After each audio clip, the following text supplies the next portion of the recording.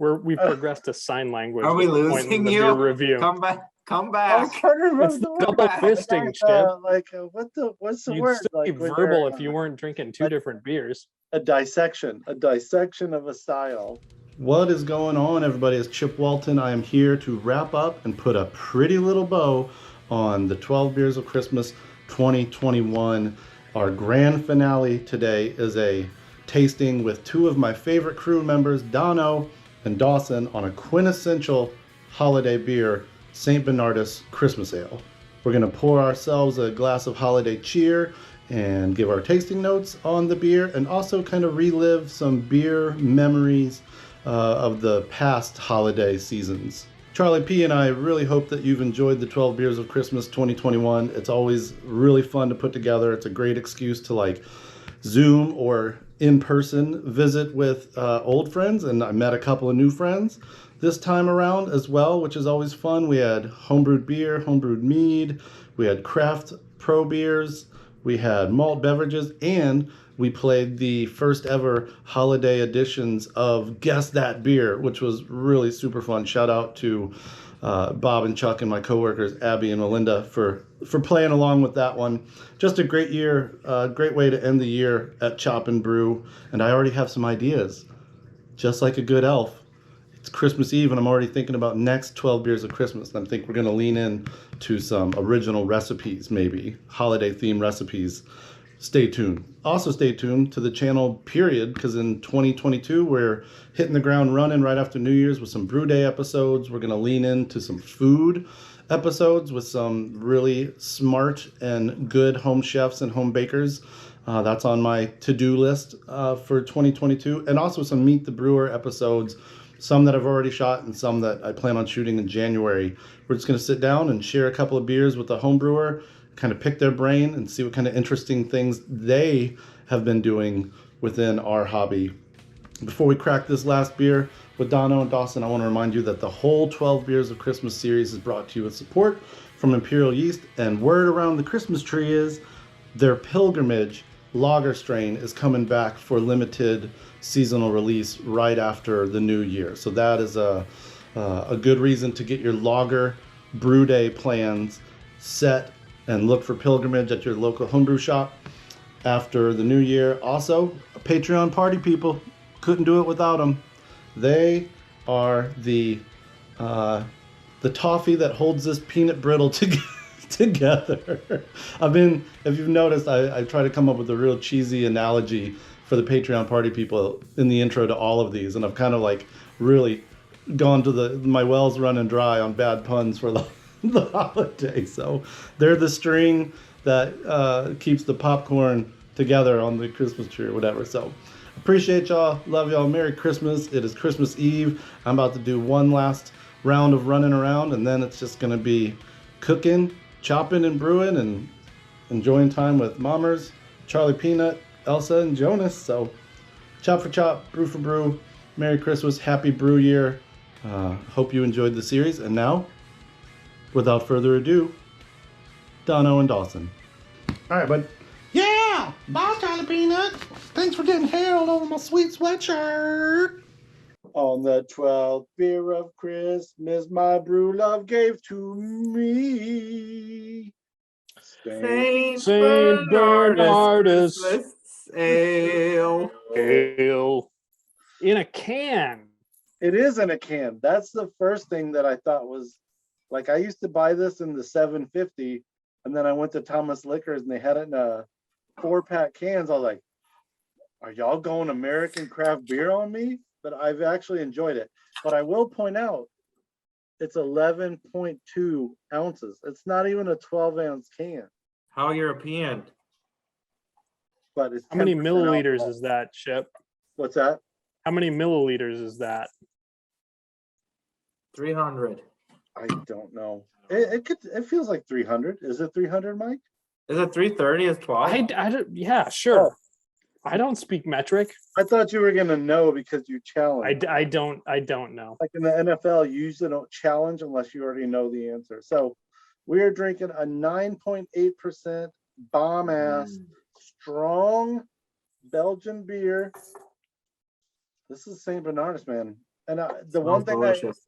I thought of when I was running up to grab this is that the three of us gathered in Dawson's basement once upon a time to taste a Belgian dark strong. And that's what I kind of feel like this beer obviously is. And it warmed my heart for a moment. So cheers to you guys. Full good. circle. My D&D Cheers. my D&D homebrew machine. Is this Dungeons considered and a Dragons? quadruple? It is a quad according to their own information. Anise seed notes are complemented by hits of creamy caramel, fire roasted chestnuts. Zesty nuts shows signs of abating, pushing through the magnificent finish to the dried fruits and chocolate. Sounds like what you say for a quad. All the words. But they don't say like what it is. I wonder if it's like pills and dark candy sugar in Dawson style, or if it's other things. But I feel like there's some special beer or something in there because it's so raisiny and pruny. okay, that a syrup alone would not do. It's got to be a malt almost. That's my guess. Yeah, I love it. It reminds me of maybe what it used to be, La Trappe, I think, like a quad. That was one of the first. That the La Trappe Double was the first Belgian beer I ever had in the 750, and I remember that was just like, whoa, a whole new experience. And Mhm. even now, drinking a beer like this, which is the style of beer I've had a handful of times, but never buy. I'm not ever really drinking this kind of beer. It just is a real reminder of these beers that are out there, like Chimay Grand Reserve, that you just don't buy that often, but they're out there waiting for you to try if you ever want to get yourself a mouthful of this goodness. This is speaking of mouthfuls of goodness, this is kind of making me crave some gingerbread or some ginger snaps. Like this would go pretty good with some cookies. That like star anise. I was gonna say there's kind of quality. like spicy characters that must be Mhm. coming from the yeast.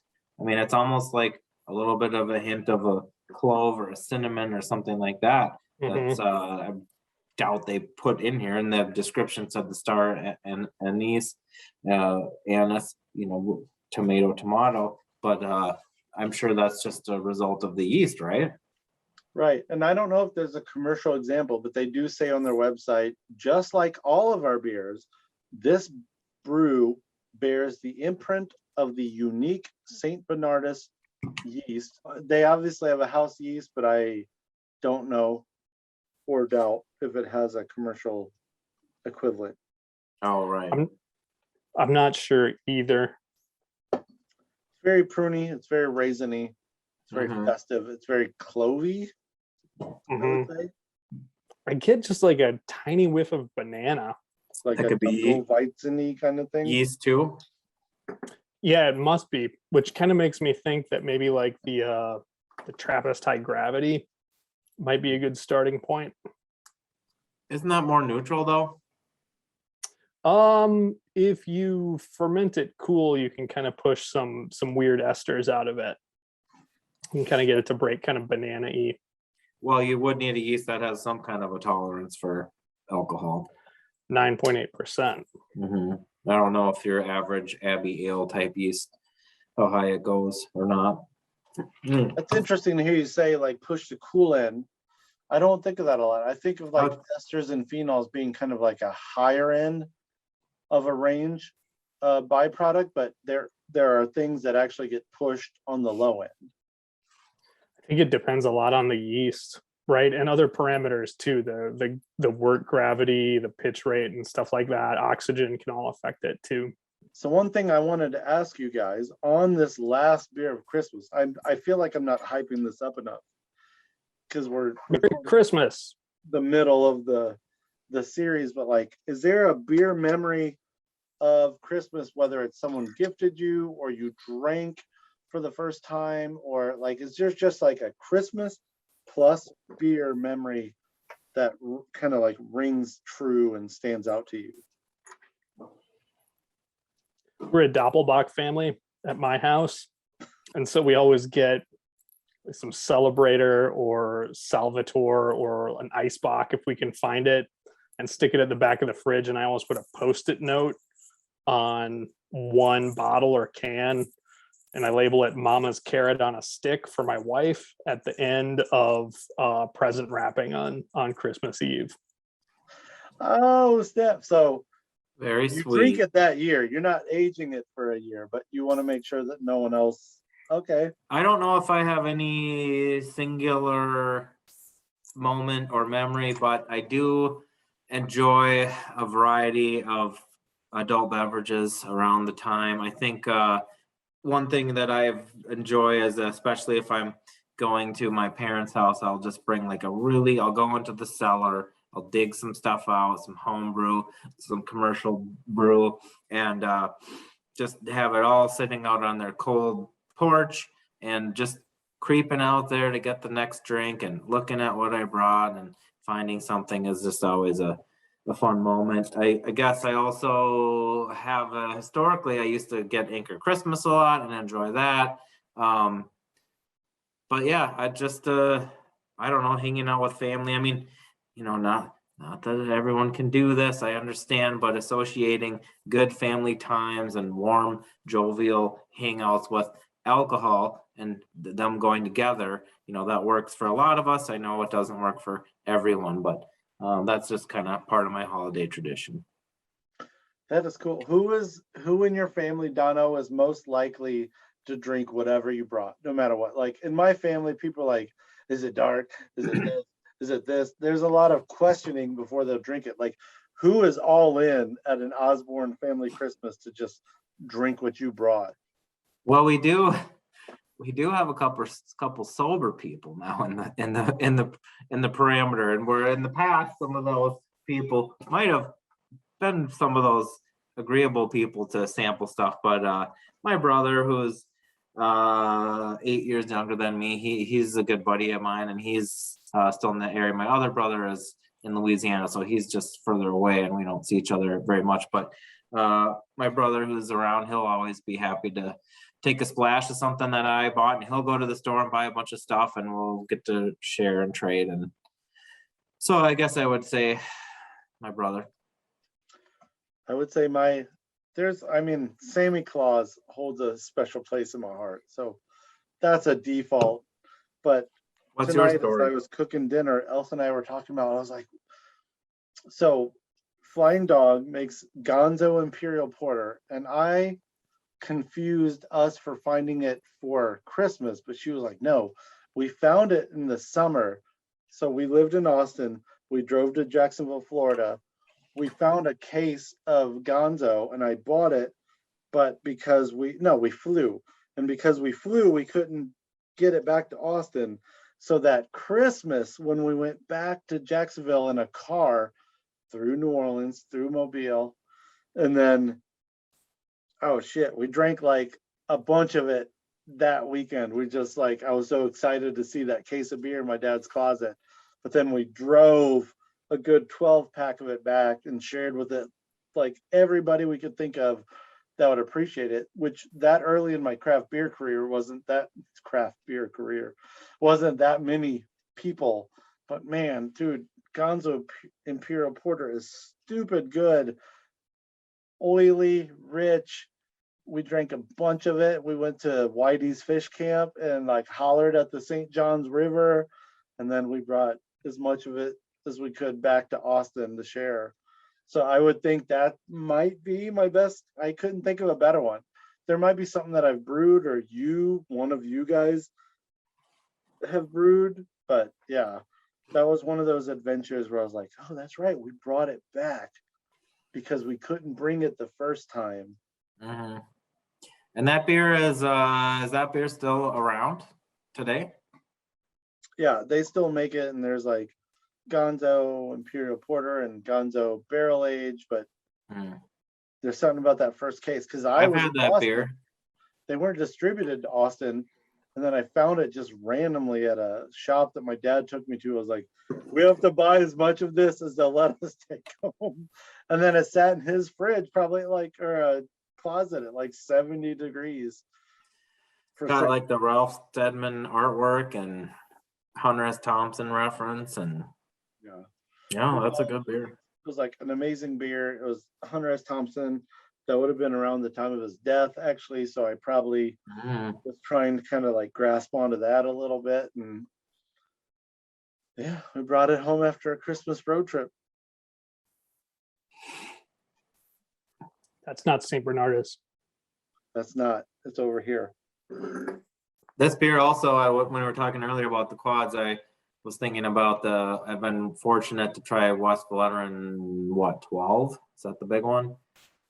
Handful of times, and that beer is so nice. I feel like that beer is similar to this, but this one, I mean, it's either good or bad, but this one I think has like more spiciness and more edginess to it. And the West Veteran, I feel like when I have drank that, and this was some time ago, it's just all of this malt warming goodness, smoothness, but it's a little less kind of spicy than this.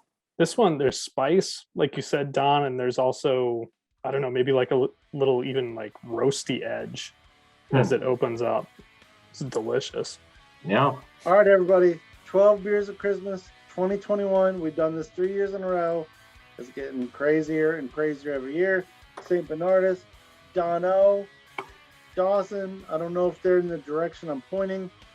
I appreciate y'all. It's been an eye-opening 12 beers of Christmas. We've had mead, we've had beer, we've had homebrew, we've had non-beer malt beverages. I want to say that I am a fan of alcohol and like beers and fermentation, and it's just like super fun to get together with some fans and friends on the old Zoom or in person. So I just want to say I appreciate y'all.